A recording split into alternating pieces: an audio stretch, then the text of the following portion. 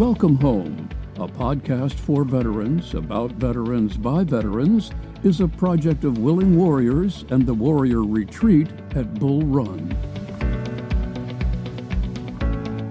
Good morning. I'm your host, Larry Ziliak, Director of Culinary Services here at the Warrior Retreat at Bull Run.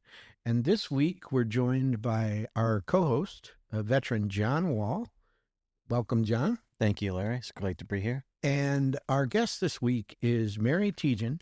She is the Director of Admissions at the Puller Veterans Center, which is here in Northern Virginia. It's located over in the Vint Hill section of Fauquier County. We've been waiting for the Puller Center to open for some time. Many of you remember our first episode in season 3. Our guest was Commissioner Chuck Zingler, and I asked him about it, and he was a little cagey as to what was going on, which I understand because there's some construction issues. And whenever there's construction issues, there's usually legal issues. And I get that. But today, we're very excited to have Mary here so she can tell us about the facility itself. And it's, I believe it's 128 beds, but we'll confirm that. And what it takes to get a property like this up and running, which I find fascinating because it's not as easy as you might think. But Mary, welcome to the podcast. Thank you for having me. Yes, it's good to have you here today. Let's start by telling everybody a little bit about your background and how you became involved with the Puller Center. Well, my background has always been in marketing and admissions for senior living. So I live right around the corner from Vint Hill, and I've seen the Puller Center from the ground up, and I just kept watching for that right sweet spot of a job, and I got it. So very, very excited. Congrats. Thank you. Thank you. So for those listeners who aren't in the area, and I just want to give a little bit of background, is that the Puller Center is actually funded and will be run by the Virginia Department of Veteran Services. So it's not a VA facility. It's a state-owned and run facility. And the employees there are state employees, part of DVS, Department of Veteran Services. And this, while it did receive some federal funding, most of the money came from the state. And this is not the first Veterans Center that the state runs. There are others throughout the state. I believe there's 2 others. So there's actually 3 others. Oh. This is the 4th state-run nursing home for the state of Virginia. Wow. So there's the first one was Roanoke, and then there's one in Richmond, and then the most recent one is Virginia Beach. Down in the Tidewater area. Yeah. Well, which makes sense because there's a huge veteran population in the Tidewater area. That's great, as well as here in Northern Virginia. Yeah, and those 3 are fully operational currently? They are. Okay, great. Yeah. Minus the one that you are now managing, correct? That's correct. Okay. So the most recent one, Virginia Beach, they opened just under 2 years ago. And I believe they opened up their last section. So all of them they all have wait lists and they're getting full. So Wow. Was I correct? This one's 128 beds, or how many beds will this have? you are correct. It's the exact same layout as the most recent one in Virginia Beach. It's 128 single rooms. So they have their own room, own bathroom, shower, everything. Wow. Mm-hmm. So if you would just kind of briefly talk about where are we at in the process? Are we close to this opening or? So every day we're getting closer. I know every day we're getting closer, one step in front of the other. There are some processes that we have to go through. Right now we're in a setup phase. Not only, people think about, you need a bed to lay in, and furniture and chairs to sit on and tables to eat at. But, there's a lot that goes on behind the scenes, security, door access, IT, everything has to be set up. So we're working every day to get that done. Not only, so that's the setup phase, but then there's also the certification phase. Mm-hmm. So Department of Health will come in, grant us their blessing. And then we'll have Medicaid and Medicare. And then from there, the VA will come in and we'll have a contract with the VA for those veterans that are eligible for service connection, and then also eligible for a per diem. So even though that was all said in about 4 or 5 sentences that I said, that can take several months, anywhere from 3 to 8 months. Yeah. Wow, it's a long time, but it's just a lot going on in the background, and to get this place up and running. And I know the community, and I would assume veterans are really looking forward to, and somewhere to go in this area that needs it, right? And so I can't wait for those doors to open. So. And not only the veterans, I mean, I get phone calls all the time from people who want to volunteer and offer their services. Some people, they love to write cards and they want to be able to, give these cards to the veterans, whereas others want to help with a garden bed, reading to veterans, singing. There's just so much. I mean, the whole community is just so excited about They're anticipating this. They're ready to go. They're charged. ready. That's great. They are definitely ready. Yeah, that's good. We need more organizations like this in the area to keep pushing this, these missions and visions to keep helping veterans and, service members that are going to be coming out. And, that's good that we got people in the community are waiting to sign up, ready to go. So that's good. Yeah. So we're fortunate here in the Commonwealth. We have a very strong Department of Veterans Services. Not all states have it. I don't know of another state that has 4 state-owned nursing homes, facilities for veterans. I don't think there's another one out there. We do have a large veteran population here in Prince William County. We're looking at about 55,000 or so.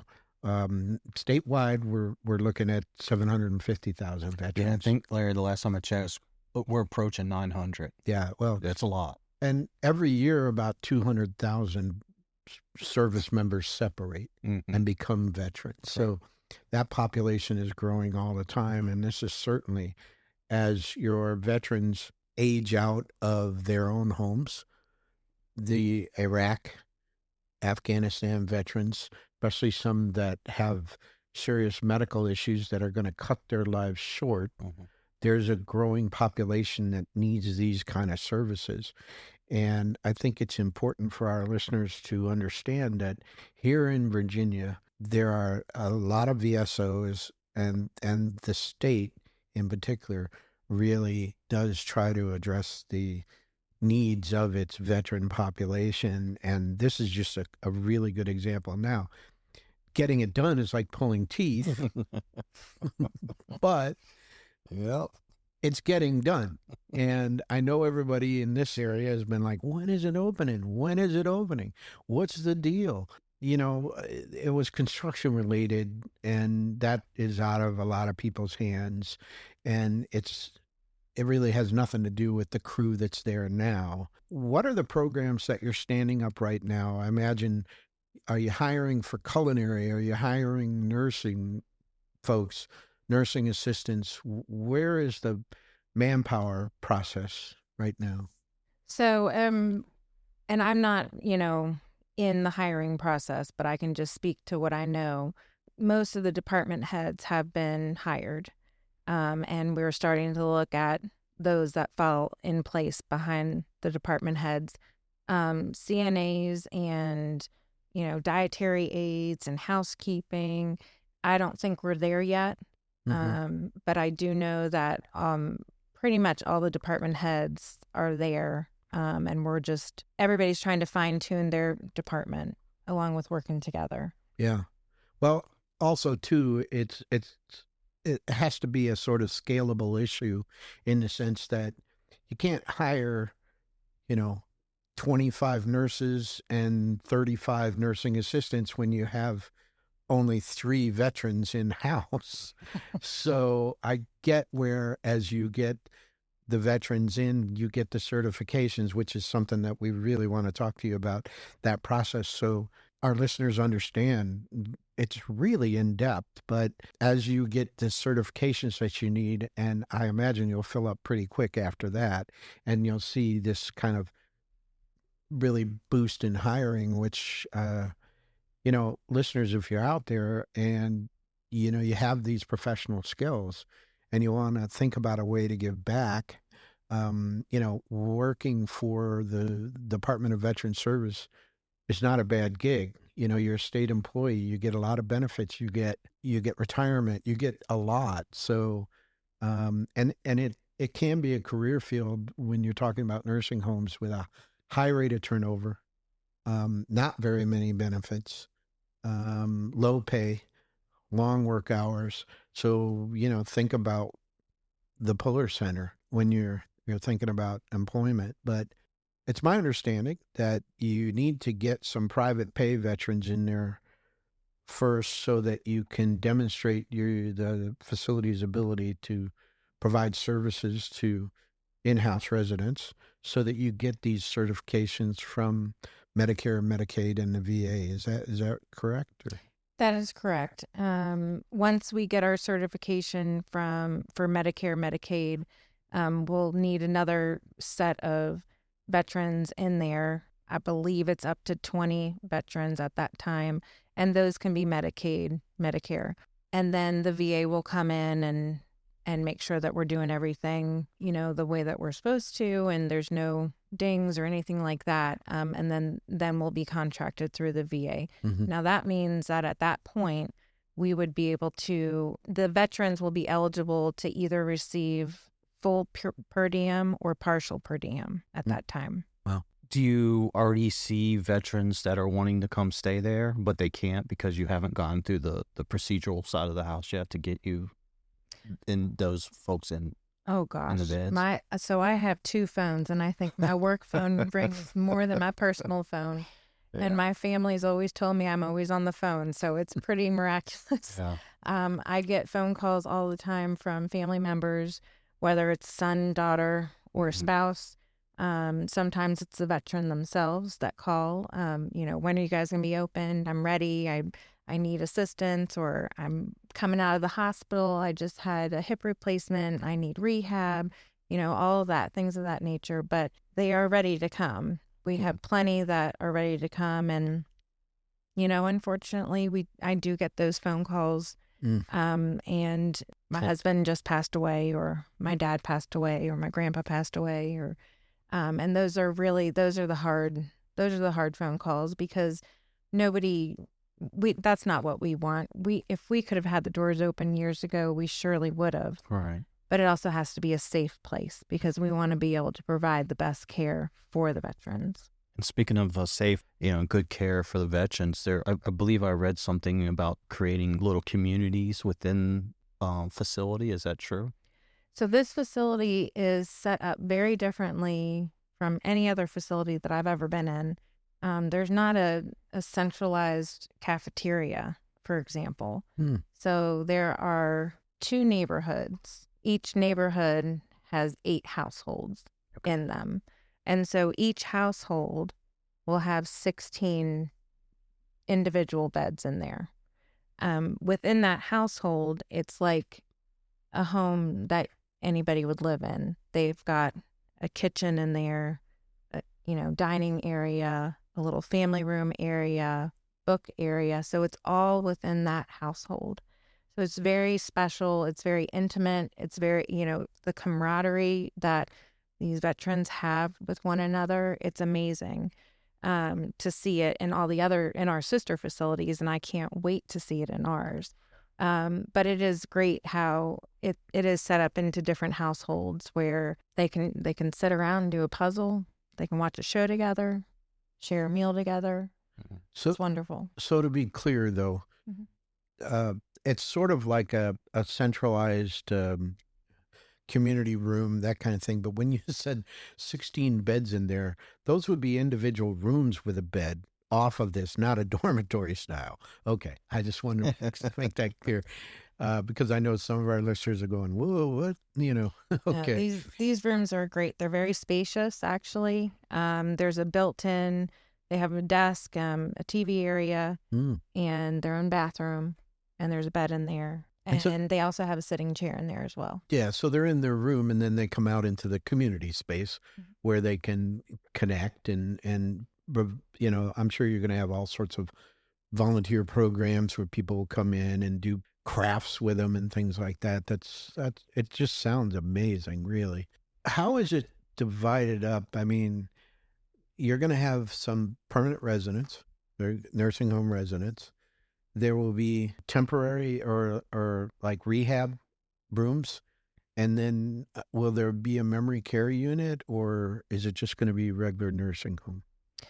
So for starters, it's going to be short-term rehab and long-term care. All beds will be dual certified, meaning, some facilities are broken up where they might have 15 beds that are only for short-term rehab. The rest are for long-term care. With our facility, each bed will be dual, so you can have short-term rehab or long-term care in that room. For memory care, we will have the capability to help those veterans that do have some memory impairment.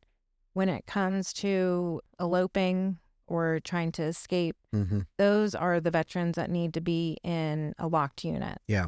We will not be opening with that at this time. Our main goal is to get the doors open as quickly and safely as we can so that we can help all the veterans that are out there at this time that need us. Is there a design element to it that will enable you to incorporate a memory care unit at a future date? Yes. Okay. Yes. And so basically a memory care unit is just a unit that has the ability to be locked down. And there's some discrepancies with memory care unit. Just because you go into one doesn't mean you stay in there for forever. I mean, you do age and the disease progresses. Unfortunately, there's only a one-way slope with it. At that time, those veterans will be able to join everybody else, and then that will free up a bed that, a veteran needs that is eloping and at that time. But so unfortunately, we won't be opening with that. It takes a special certificate. I think it has a certification, but it does take special staff to handle those types of residents and their care needs. That's good. Make sure we protect, them and get the help they need eventually. Which brings me to a thought. We talk a lot about the veteran and, how they're going to be there and get the assistance for long term, short term, and maybe for our listeners and even myself, what if I was a listener and I'm thinking like, well, I have a dad or a mom or an uncle or someone like that needs to stay in this place. Where do I fit in as a family member? Are there certain hours? Is it open all the time? Can they stay on the facility? Stuff like that. So there is no room for anybody to stay. There's literally the 128 rooms for the veterans, but we welcome all family members, all visitors, all volunteers. I don't believe we've come up with a certain time frame of, hours. I think it's open. I think the goal is to have it open whenever, but obviously be respectful of others that are going to be sleeping or trying to get ready in the morning and all that kind of stuff. Even though they have their private room, but still, no, we welcome all visitors and all families. That's good. Is there a process in place now for veterans or family members who think that a veteran and their family would be best served by this facility to sign up for it? Is there a web page or is it too soon for that? Not at all. I have people calling all the time, and whether they need help now or in the future, we do have an ongoing wait list. I take very basic information and I will add them to the wait list. When we start making the phone calls to, when we're ready to rock and roll and start filling the beds, I will go down from the top down to make those phone calls. And, there's probably going to be some that have not called in to inform us that they've passed away. There's going to be others that, decide to go live with their son or daughter in Florida, and that's where they've relocated, and that's fine. At that time, we'll take them off the list. If we come down to somebody that's, not ready yet for whatever reason, they'll remain where they are, and I'll just go to the next individual. I do have a lot of veterans that call in, and I ask them if they're service connected. Do Do you know if you have any benefits? And we can't help with that process, but I can guide them in that way. I started here in this position. I just hit my 6 months.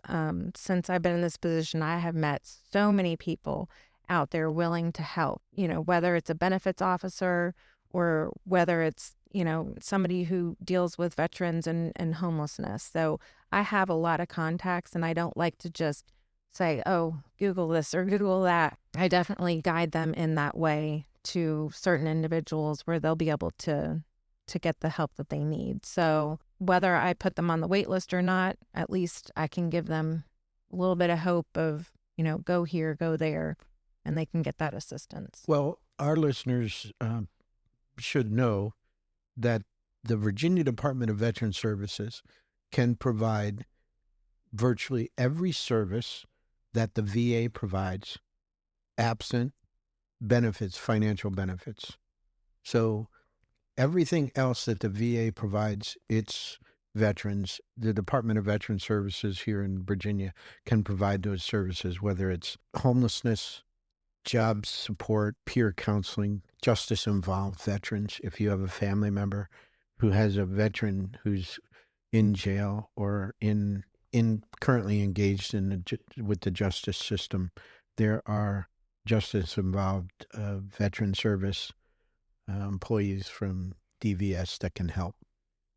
And they can't spring them from jail, but they can certainly help with managing their caseload and trying to help them when they eventually get out so that they can help and they're not repeat offenders. And, a lot of the justice-involved veterans we have in the Commonwealth are there because of situations that they got themselves in because of substance abuse. They're self-medicating, they're having problems, and DVS can help with that. So all those resources that you get from the VA are available from the state as well. And, of course, they can help veterans with claims. In fact, my claim, both my initial claim and a PAC Act claim that I had were both filed by DVS for me on my behalf. And so I'm very familiar with the services that they offer. And we've had a number of folks from DVS in different departments join us here for episodes. And we're very fortunate that they're open to sharing information about their services with us. What about volunteers? Are we at a point now where people can call up and say, I want to volunteer, or should they hold off until maybe there's a, big announcement that they're going to open soon or something? What would make your job easier? I don't want to say, hey, volunteer, and then you're getting a million calls that you can't do anything with. So what's going to make your job easier? Honestly, I have a spreadsheet that has my marketing leads, and I have the wait list, and I have a huge spreadsheet with volunteers. So if you feel the need that you want to give back in any way, shape, or form, give me a call, let me know, and I'll definitely take your information down.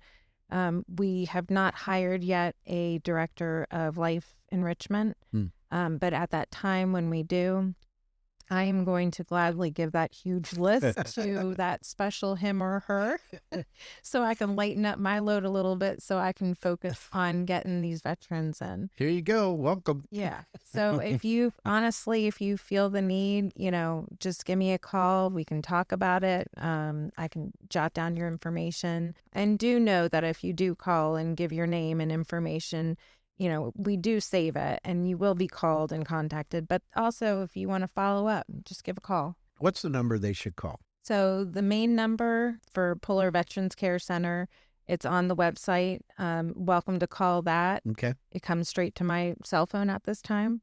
There's also an email, pvccadmissions.dvs or at dvs.virginia.org. Or gov. So yeah, definitely, feel free to reach out at any time. So we'll have that information in the show notes for all of our listeners. And I know we're here at the Warrior Retreat. We're very excited about partnering with you. And one of the things we were just discussing the other day is that we recently had a luncheon for elderly veterans age 70 and older.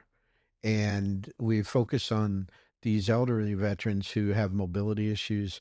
They don't get out much. We brought them here to give them a chance to connect with other veterans, to connect with veteran organizations that can help them with whether it's food insecurity, Nova Vets. We had a lot of folks here that could provide these veterans with services. And we were just talking about, hopefully, we'll be able to get some of the Puller Center veterans over for lunch in the spring when we do the next one. We were very excited that we got 10 veterans, elderly veterans from D.C., and there's a program there where an entire apartment building has been converted into veteran housing, and they were all formerly homeless. And so that's one of the things we're looking forward to. So you can always find elderly veterans at a nursing home. So there's probably not going to be any shortage. And maybe by the time you fill up, we'll have a couple of these events throughout the year. So we're very excited about that. We just don't have a date for opening yet, do we? Or a target, anything? No. Not yet. No. Anywhere from 3 to 8 months. Okay. That's the safest So answer. within the year, 2025 is the year. That is what we are pushing and pulling for. That's the goal. That is their mission. All right. That is our mission. I like it. Okay. I do too. So Really looking forward to this. yeah. It'd be good to, go over to the Puller Center and help them out, or bring the veterans here and do something for them as well. I'm going to go over and pick out my room. Kidding? Well, I think someone else would have something to say about that. I don't think you're going over. no, she'll be ready to get rid of The me. boss. Trust me. Yes. Yeah. Oh, no, that's not a problem. She'll help me pick out a room, let me tell you. As we sort of wrap this up here, Mary, I can't thank you enough for joining us, but what's the one thing you want our listeners to know the most about the Puller Veterans Center? I want everybody to know that even though it's taken a long time to get to even where we are today, we're doing everything in our power that we can to get the doors open safely, efficiently. We want to be the best care center around for our veterans. Everybody all of the team, everybody that's on the team right now, our hearts are so in it. We're in it to win it. We're ready to go. Wow. Well, we wish you all the luck, and if there's anything that we can do, and I'm sure there's not much we can do, but anything you can think of that we can do to help, we're there for you, because this is going to be such an important addition to the community and the veteran community here and the community overall, because what we've found here is that having a place for people to volunteer to come and interact with veterans, or at least provide a service that helps veterans, is something that gives back to the community. And I can't wait for volunteers to get in there and experience how what they do has such an impact on others, especially the veterans who have given so much for our country. So we just really appreciate you coming. Yeah. Thank you. Thank you for having me. Yeah. Thank you very much. You're welcome. It's our honor to have you here. So Yeah. appreciate you being here. So for our listeners, we'll have another episode next Monday morning at 0500. Those of you who like to get up early and listen to podcasts, you can find us on all the major podcast platforms. We're also on YouTube and Wreaths Across America Radio. So thanks for listening. The Welcome Home podcast is brought to you by Willing Warriors, a nonprofit organization serving active duty service members and veterans since 2012. To learn more, please visit our webpage at willingwarriors.org.